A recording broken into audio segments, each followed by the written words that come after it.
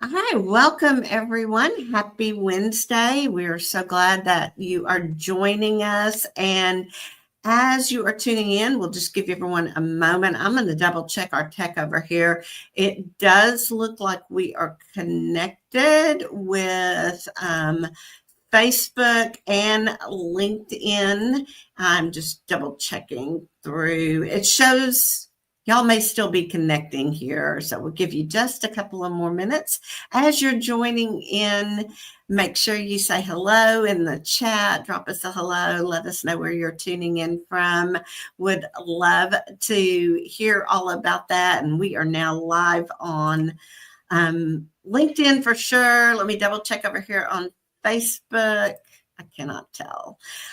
Sometimes I feel like StreamYard has changed a little bit. So one thing I will add too, though, for you guys that are joining us on Facebook, if you will go to StreamYard.com, and I've got it down here /Facebook, and give Facebook and StreamYard permission to speak to each other. That way, when you leave us a comment, it does not say Facebook users. I'll leave that up.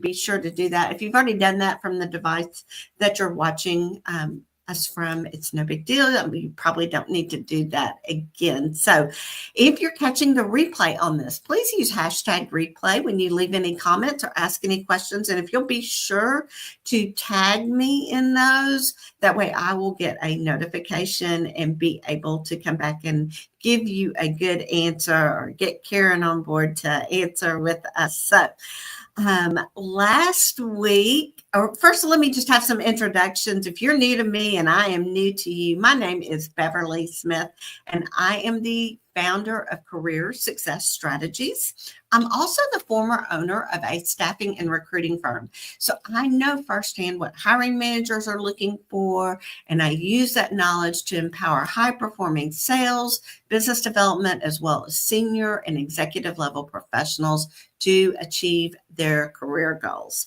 So last week we talked, or actually, I think it was 2 weeks ago. We weren't here last week, but last time we were together, we talked all about career pivots. I shared a little bit about my personal experience going through career pivots, and really wanted to help you understand how to gain clarity and confidence if you're considering making one, give you some really good actionable steps to take. So if you missed that, make sure that you go back and check the replay, and you can find the replay on YouTube, on my YouTube channel, which I've got now down below, which is at Beverly Smith Resumes. All my replays are there, and you'll need to go under the live tab because we do all of these live. So just click on that live tab. You can watch all of them, but be sure to check out that one specifically if you are interested in career pivots.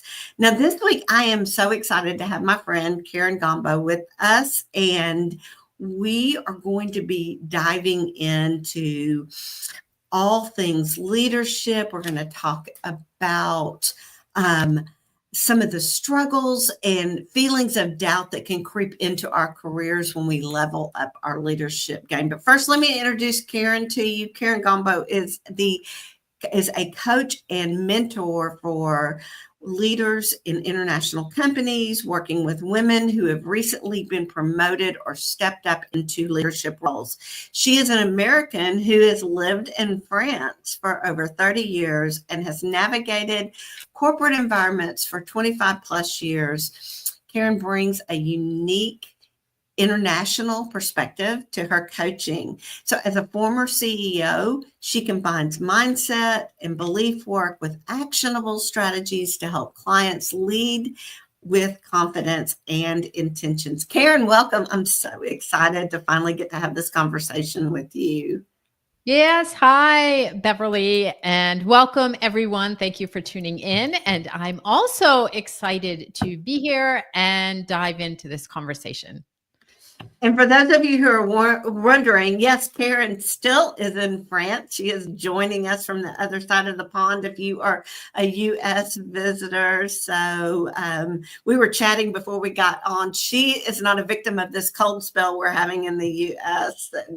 And we're quite envious. And I believe you're kind of now in the countryside too in south of France. Is that not right? So I am now based right outside of Avignon. So Avignon is still a relatively big city. We're about 10 minutes from there after having spent, 30 years in Paris. So it is sort of countryside, but I'm a city girl at heart. So not too far from a big city. Good deal. Good deal. Well, let's dive in. This is such a great topic, and I'm so excited. This is just an area that I think more of us face than we realize. So let's talk a little bit about some of the most common insecurities that we're facing when we step into these leadership roles. And why do you think they are so prevalent? Sure. So when we talk about insecurities, I just kind of want to frame it first for those listening and watching. An insecurity is simply a doubt, a fear, or an uncertainty. And those, first of all, completely normal. It is normal to feel something like that when you take on a new role or when you change jobs, when you change companies. It is simply the brain that is putting up flags, wanting to keep you safe and saying, careful, things can get dangerous. So in a job situation, insecurities can be, it's very, very simple. It's doubting that we have the skill set. Okay. Even if we have proved ourselves over the years, it's doubting that we have the capacity or the capability to do something. It can be also believing that we're going to fail. Okay. So failing ahead of time and not trusting ourselves that we'll have the knowledge or the skill to figure things out. It can be also leading peers is a big point of insecurity. People are so scared when they get a promotion to that before we were actually colleagues and now I'm the boss. And so how am I going to be perceived? Are they still going to like me? So that is a big topic. And I would say that the other big insecurity is simply we are judging ourselves. It's coming from judging ourselves, from judging our capabilities. And so that's almost, we are our own worst critic when we take on a new job. And it is something I see all of these insecurities. One, it's normal. Two, I see it in both men and women.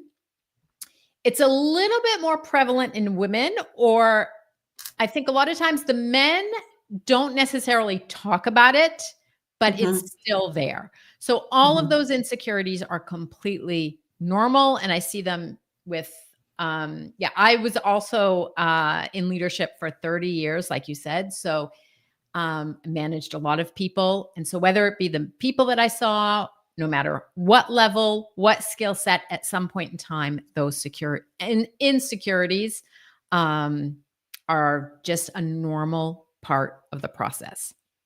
Yeah, definitely. And you touched on something that I think is so important that I don't think we expect. I think we're driven to want to move up, and then all of a sudden we move up, and now our colleagues are who we're supervising, and that can just really change the dynamic. And I feel like probably the way we handle it is going to set the tone for how they respond. And if we feel weird about it, they're going to feel weird about it. Would you agree with that? Yes, definitely. I think that it's I think when we take on more responsibility and we're going to be managing a team, People need to understand that they were actually put into that position because they had a certain skill set or they had the potential to do the job. And so we have to, I would suggest, stop acting weird about it, because it's trusting that you are put there, you have the capacity, you have the ability to adapt.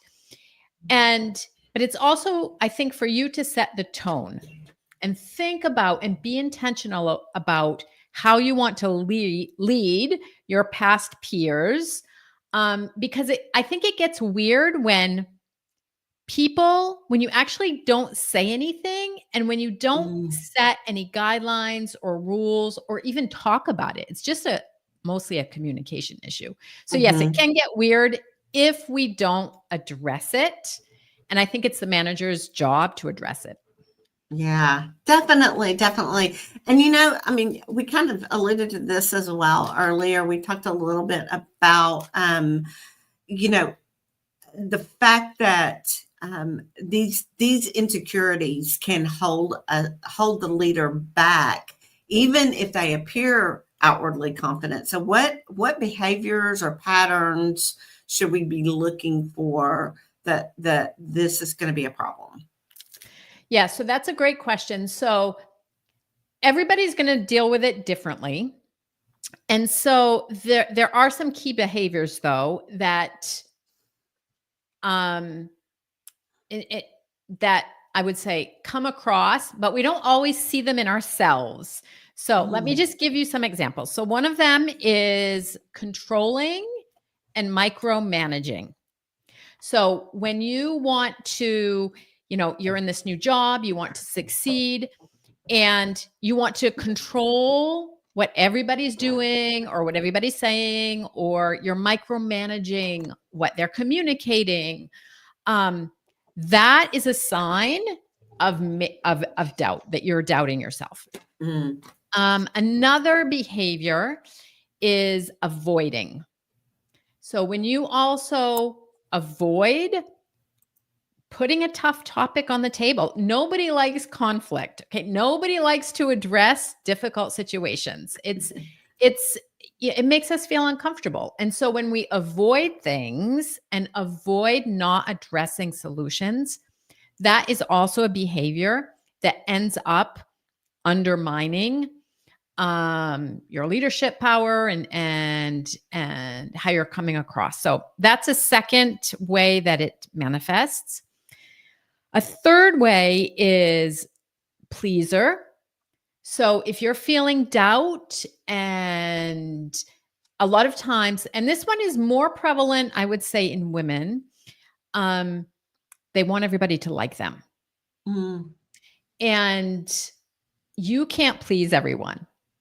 And not everybody is going to like you. You have to accept that in a working situation, just like in life, not everybody is going to like you. But when you are in a people-pleasing mode, just give you one example. I have a client right now, recently promoted, and she was actually afraid to give work to her team. She wanted them to like her. And so she felt, well, I'll just keep some of their work, or I won't delegate projects. That way they're not going to be busy. And they're going to like me more. But that ended up backfiring, because you're actually not helping your team grow. You're actually sending a very negative message that you don't trust them. So people pleasing is a big one in terms of behavior. And then another one, and this seems it doesn't seem maybe very logical, but people who are hyper achievers. Because a lot of times, so I'm a hyperachiever. I think it's actually, it drives us to, be ambitious and try things. But when it's pushed to an extreme, it can actually end up hurting what you want to do and what you want to accomplish in your job, because a lot of times hyperachievers aren't necessarily paying attention to what other people are thinking and feeling. They're like all in. So there's a lack sometimes of empathy. And again, nobody does these behaviors on purpose, But those, I would say, are 4 ways that when we're doubting, when we have fear, and when we're feeling those insecurities, those are kind of our behaviors that help us deal with those negative emotions. Those are the most Mm. common ones. There are others, but those are the most common ones that I see and I've seen. I love this list. I took some good notes here, and I really kind of want to go back on that hyper achievers, because I think so many of this audience, we fall into that category. And I know myself, when I get very driven towards a goal and have those blinders on, so to speak, and I consider myself a pretty empathetic person, but I get really frustrated when the other people around me are not on board and not going and moving as fast as I would like them to go, Mm. and while I personally don't have an issue with delegating, if I've delegated, I need you to come on, let's go. And so Yeah. that's so interesting that that could be a problem. Yeah, it can. I think you've pointed to a very like you're spot on. It's impatient. It's like we're Yes. impatient. We want people, hyperachievers are often they're action takers. It's like one action after another. They're goal setters. They like to hit goals. Not everybody functions like that. Number 1.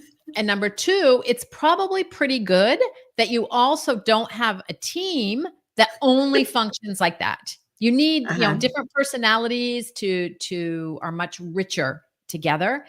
But it can be yeah, we don't realize it, and we don't realize a lot of times that there is collateral damage a lot of times when we are just Mhm. going, and yeah, we're just either missing signs or impatient, and it ends up actually hurting us rather than helping us when we think of the bigger picture.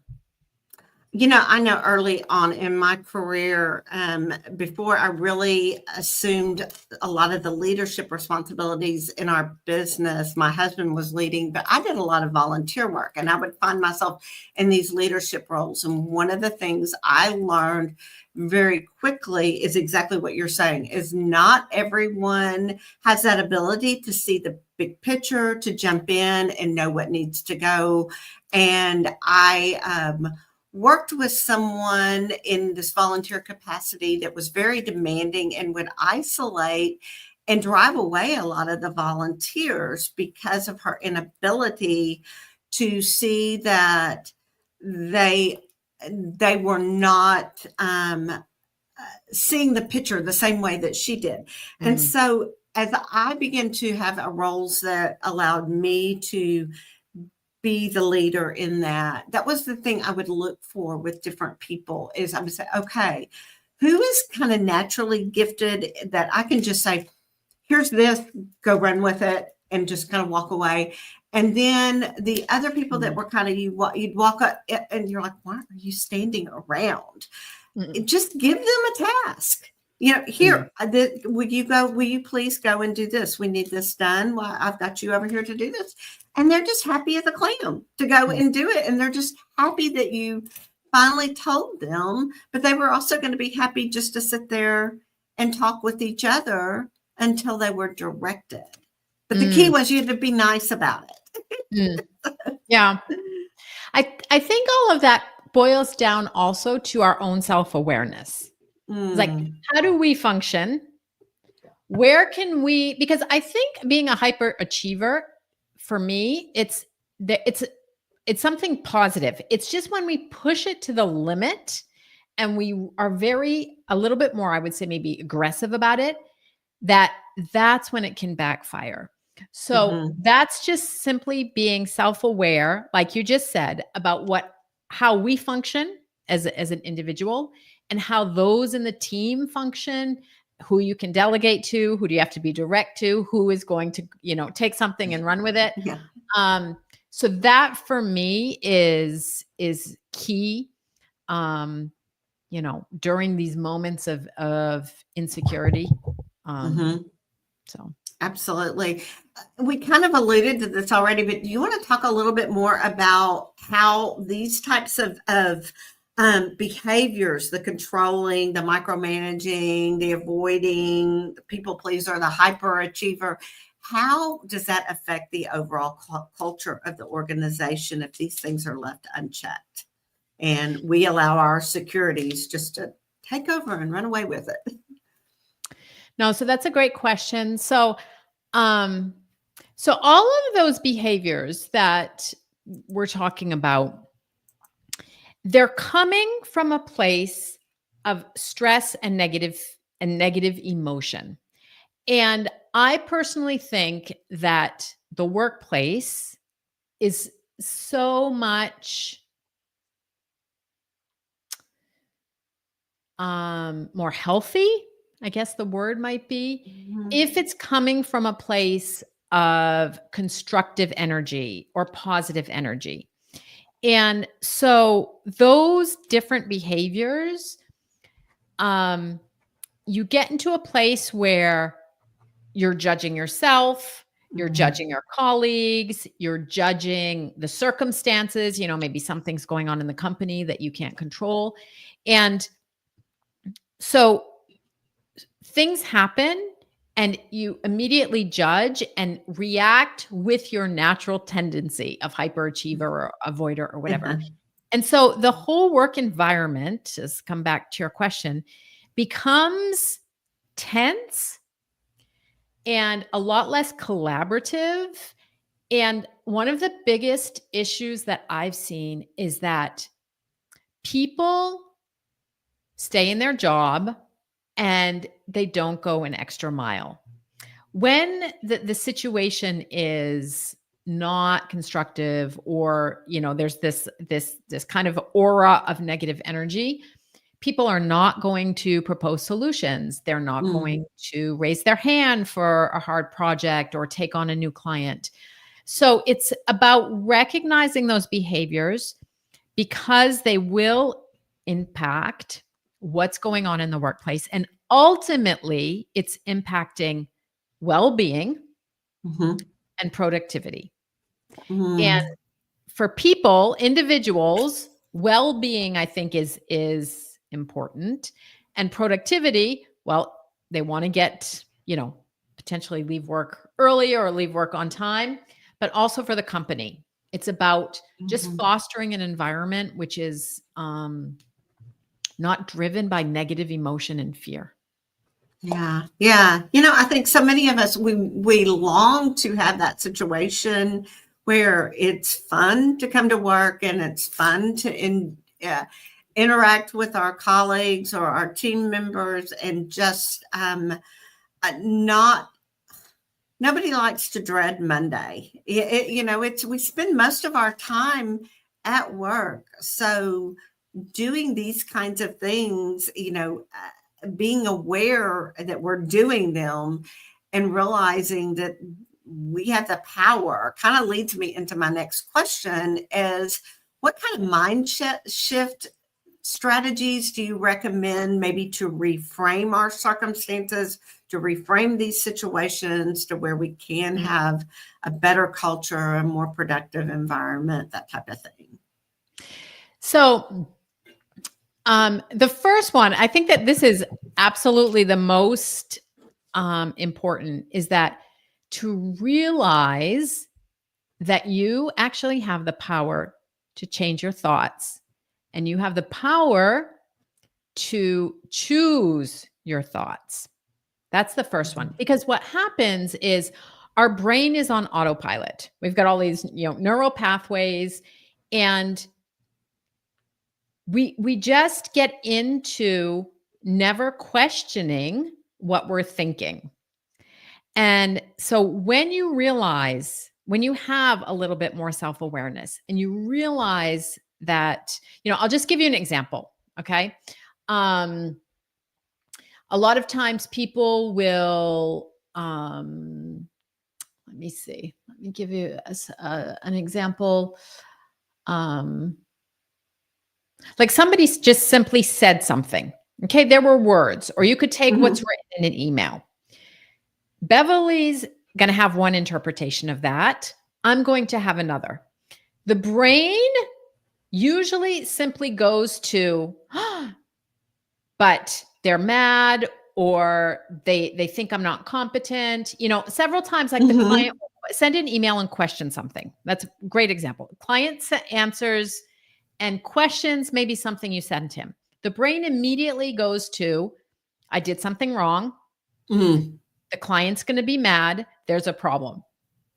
Yes. And that is the automatic response of your brain. But when you realize and just recognize and have the self-awareness to say, okay, no, those are just thoughts. I could actually choose to think that the client is just generally interested in having more information or just generally curious. And so instead of going to thoughts that are going to add stress to your life, you can actually choose thoughts that are more neutral. So that is the first strategy, is learning to be aware of what your brain is telling you. And the way that you can do that is actually write down your thoughts. Just take a topic, just 5 minutes, write down what you think about it.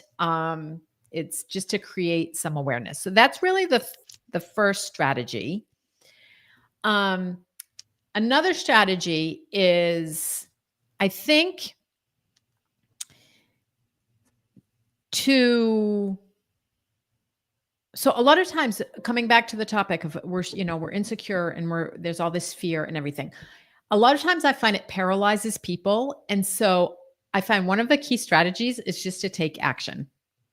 Take action, because action fuels action. It's like, an object in motion. And that is because people question so much making decisions. And that's when also people get stuck, and then you question more. And then in your head, you're building a story on why it's going to be hard, why it's not going to work, etc. So those are the two things. So just to recap, the first one is just realizing the power of your thoughts and gaining awareness around them. And the second one is action taking, and action fuels action. And then maybe just a final mindset shift is that see a job or see your career as a journey. And you are there to learn something. You are there to evolve. You are there to contribute. You will not always hit your goals. As much as we would like to, there's no guarantee that you will hit your goals. So when you see it, though, as I'm learning, I'm contributing,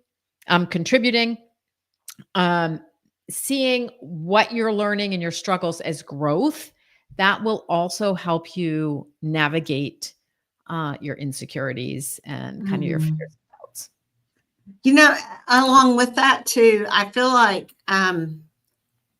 we've got that thing like, if I fail, I'm going to be out there in front of everybody, and everybody's going to know, and it's going to reflect badly on me, badly on the company. I'm at risk, blah, blah, blah. And again, it kind of goes back to that whole choosing your thoughts on how you're going to think about that. But really failing, the more I studied this concept, it's just, okay, we learned that doesn't work. So next time we're going to try this. And I remember when I had my recruiting and staffing business, there was a lot of those quote unquote failures where we'd go, okay, that system didn't work. What can we do to tweak it so that next time we'll do something different over here and we'll have a better outcome? And it's just kind of like, I recently heard or read this, and I thought it was so good. A little baby that's learning to walk, the first time she falls to the ground, doesn't just go, well, that's not going to work for me. What do? They get back up and they try it again. And guess what? They fall again. Yeah.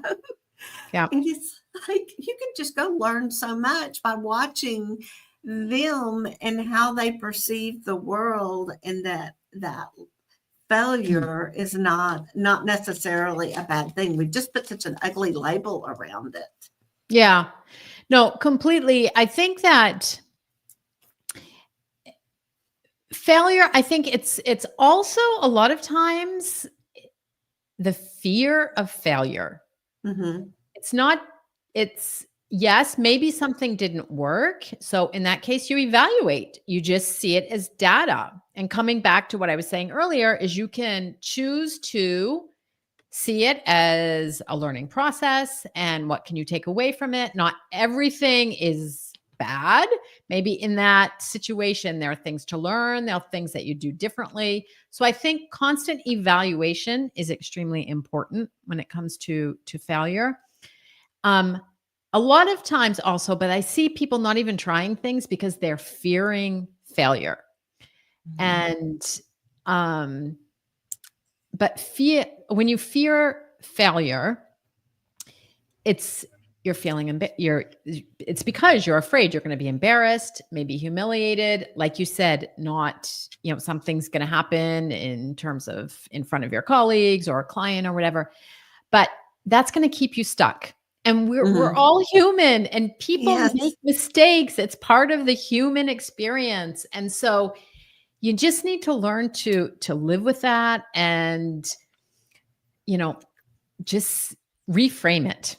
Is what it comes down to. What this kind of leads me to another thought, and this could open a whole nother can of worms. It could be a whole nother episode. But what I'm thinking about here is that feeling we get when we're stuck. It's familiar. We know what that feels like, and it may not be where we want to be, but it's familiar and it's comfortable.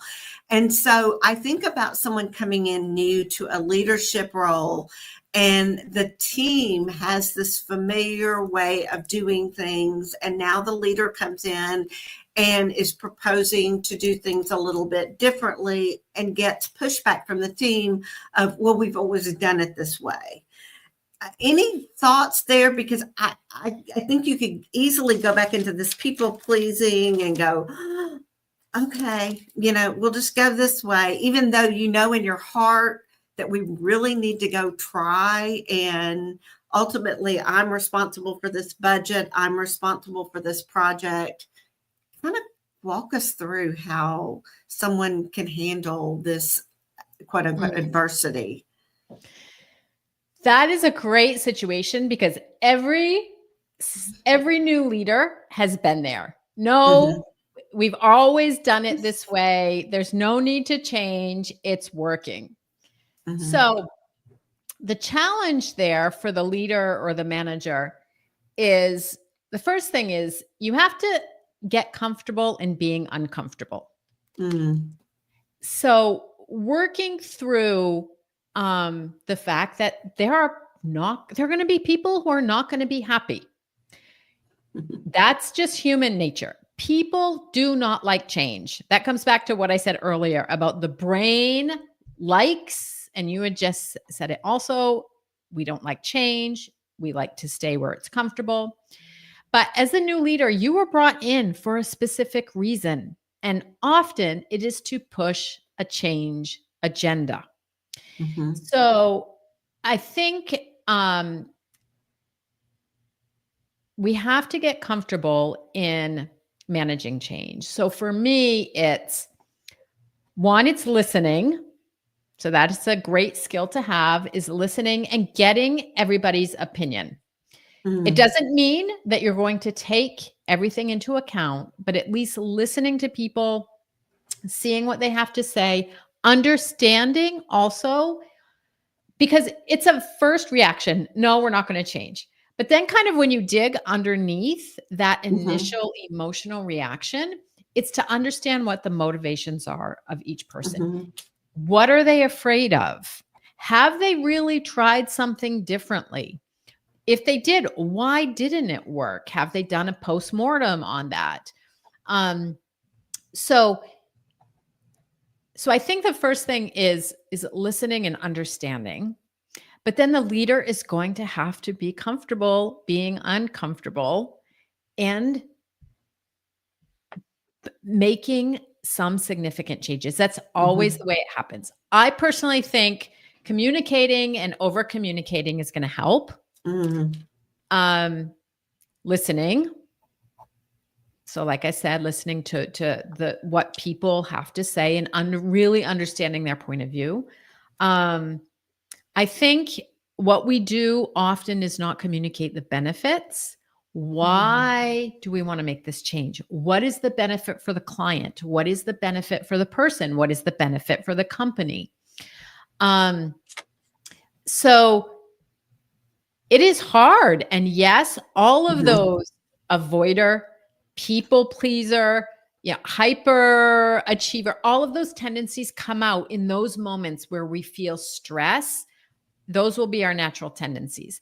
But that's part of becoming a leader. It's part of taking on a bigger job or a new job. You just kind of have to work through that, which is why in those moments, I think it's a great idea to have a mentor, have a coach, and maybe just simply be clear with your company and your boss on what the expectation is. That's not always the case. Yeah. Let's talk about what is at stake if we do not address these insecurities pretty early on into our leadership roles. Tell us about that, and how can we avoid that? Yeah. So not addressing them, I think what happens is that situations fester. That is the biggest thing, is situations fester because we're not tackling head on our insecurities. So one, I think it's simply, you have to admit it, that you feel fear, that you're scared, that you don't know if you're going to succeed or not. That's the biggest thing, is telling somebody about it. Because if you don't address it, you're going to get into some kind of brain loop or some kind of thought loop where you're just going over things over and over and over in your mind. So one, it uses a huge amount of mental energy. Afterwards, I think you can get into bad habits, like avoiding, if we take avoiding. So somebody's underperforming on your team, you know it, everybody knows it, nobody wants to give constructive feedback. And so you just avoid, hoping that the problem is going to go away, which it never does, by the way. So it's just those situations really fester. And keep in mind also that those first 3 to 6 months are hard. It is hard to take on a new job. It is normal to feel this and to feel challenged and to have these insecurities. But it's also super important to work through them, because if not, simply what's going to happen is that situations aren't going to be addressed. You aren't going to move quickly. You aren't going to do what is required of you. And I don't want to threaten that you would lose your job, but it will become very painful at some point in time down the road, when you're going to be challenged on your objectives or challenged on a dysfunctioning team. So, there are long-term consequences that can happen, and that you as an individual you're going to feel stressed, you're going to feel uncertainty, and it just gets into a negative spiral. So addressing them early on, straight on, is going to help you feel better, and just more confident as you take on your new role. I agree with you 100%. Having been in these roles myself, and I'll tell you, I think one of the best things you could do is to have some sort of mentor or a coach, someone like yourself who does what you do, that is neutral in all of this, but's also been there and can walk you through. And they don't really have the same skin in the game like you do. And it's even, now I don't lead a team anymore, but I still work with a mentor and a coach. And I can just think of, I mean, even recently having those coaching sessions, and it's different than talking to your best friend. Yeah. She, in our case, he, whoever, they're going to have your back. They're going to be like, oh yeah, and whereas someone else can come back and pull back the reins and say, well, have you considered this? Here's what I would like to suggest. So talk a little bit more about that. I'm sure you had mentors as well now that you're doing this too. So yeah. So I think it's first of all, it's really important. I love this phrase is that, you go, if you want to go fast, go alone. If you want to go far, go together or something like that. I'm kind of paraphrasing it. But first of all, recognizing that you don't need to be alone. It is very good to have a sparring partner, whether that be a mentor. And I just want to maybe kind of touch on what the difference is or what I see the difference is.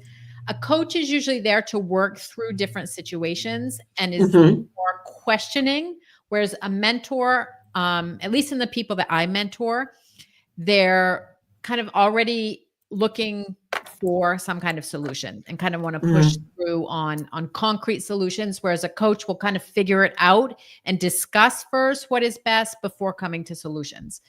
And it helps because it's like, think of you are an actor on the stage and you are playing a role and you are doing your job. If you're not sitting in the audience, so the person sitting in the audience can actually see everything that's going on, but you, as the leading man or the leading lady, can't. And that is the advantage of having a mentor or having a coach, is somebody to mirror back what they're seeing, what they're hearing, to help you innovate on new ideas. Like you said, there's no skin in the game. Except that we want obviously the person to succeed and do their best and love their job. But the advantage is really just having somebody to talk through situations that are going to take the drama out of it. Because if we talk about it with our friends or even our colleagues or even our boss, it's usually very emotionally charged and a lot of drama, or people will go in your direction. Whereas I find a coach and a mentor doesn't. They're there to challenge, they're there to listen, and they're there to also pick the things that you are not saying, but you are really thinking, that come across also subtly. So right. I know a lot of times, like, I'd like to go home and discuss this situation with my husband, but what I have found doing it with him is he wants to go into fix it mode. And sometimes I don't need fix it mode yet. Not that he doesn't have some really good ideas and good recommendations, but just having someone, like you said, to mirror back and reflect back and to subtly suggest different things is going to be huge as well. So, yeah. No, it's a very great excellent point, because a coach and even a mentor is not in fix it mode. Or at least they shouldn't be. I think they're there to challenge, they're there to question. I have a specific way that I innovate to find new ideas with my clients. Those are the types of things that somebody needs. But when we're talking about very senior people, they need to figure things out on their own. But just doing it and talking through different situations with somebody and having a different perspective and having people ask pointed questions, and also just telling you, it's like telling you have spinach in your teeth. Not everybody is going to tell you that you have spinach in your teeth. And so it's not, it's just a different skill set compared to your husband or your colleagues. And we all need them. I work with a coach all the time. I worked with a coach in my management positions also. Not enough, I would say. I wish I had discovered coaching earlier. Me too. That have helped me with my like high achiever, overachiever tendencies. But anyway, so So, you've got a free guide that I want you to tell us a little bit more, because we touched on a little bit about the draining energy that some of these negative qualities can bring out. So, tell us about that guide, and I'm going to put the link in the chat for everyone so they can grab that. yeah, so I strongly believe that wellness and taking care of yourself is extremely important. And Mhm. so that's the reason why I developed the guide. It is simply helping you focus and take things off your plate and Mhm. find the energy that you need. So it's a very practical guide about tips and just some adjustments that you can make to your daily organization to find more energy in what you do. Very good, very good. I've got the link in the chat, y'all. Make sure to grab that and go and check that out, because I think that will be very, very useful for you. Karen, this has been so good. Tell us, you've got a podcast. Tell us a little bit about your podcast and where people can find that, and where else we can connect with you. Yeah. So I have a podcast that is called Promoted Stop Doubting, Start Leading. It is indeed to help people really during that first year when they take on new responsibilities and all of that doubt that everybody has and everything we've talked about today. So you can find that Mhm. on all of the platforms. Awesome. I'm very active on LinkedIn. I post almost daily. So please connect with me there. You can also find me on Instagram at Karen Gombault Coaching. It's a little bit more about how I put wellness into my life and also my life in Southern France and a little bit of content. So I'm Awesome. and on YouTube also you can see all my videos. So I'm an open book. So please come and join me. And any comments and feedback, I'm also very open. So would love to hear anything that I anybody has to say.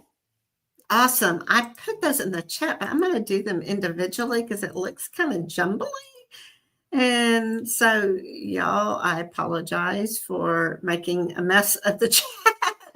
But yes, I'm excited. I can't wait to go check out your podcast. I've seen little snippets of it on LinkedIn, and I have just been in love with the content that you're sharing. I think it's just going to be so useful for those in this audience, especially, if you're following me, you're wanting to get promoted. So you need to be following Karen so you can avoid some of the Yeah. issues and learn how to do these things. And I love a good podcast. I think it's just awesome. I have drive time when I come into town to work, and so I'm always checking out a good podcast. And so I knowing your previous podcast, I think this is going to be great. Yeah, this is Um, just so my podcast is also very direct to the point. It's 15-20 minutes, action oriented. Next week's episode is all about 7 mindset shifts to adapt or that you should change really to increase that performance. It is one of my best episodes yet. So the end of January episode. So be sure to check that out. Awesome. Is it weekly or do you come out? Okay. Very good. Yep, So we can link weekly to every that. Wednesday, and so that'll be yeah, next week. Awesome. Be sure to Mindset go shifts. subscribe. Yeah. Yeah. Be sure to go subscribe, y'all. And Karen, thank you. Thank you so much for joining me. This is, I knew this one would go long when I looked over, when I was doing my research and getting prepared for this, because it's such a great topic. I don't see any questions in the chat, but guys, if you're catching this on the replay, hashtag replay, tag me in it and ask questions, or follow Karen on LinkedIn for great information. If you're on the gram, get her on, follow her there. She's got good content there as well. Although you don't show up on my feed enough in Instagram, it's weird, but I do see you a lot on LinkedIn. Yeah. Don't know how that works yet. I know. My husband and I have been griping about Instagram and Facebook, but love it on LinkedIn. There's just so much good stuff there. And guys, I'm excited for you to have joined us. If you have questions, let me know.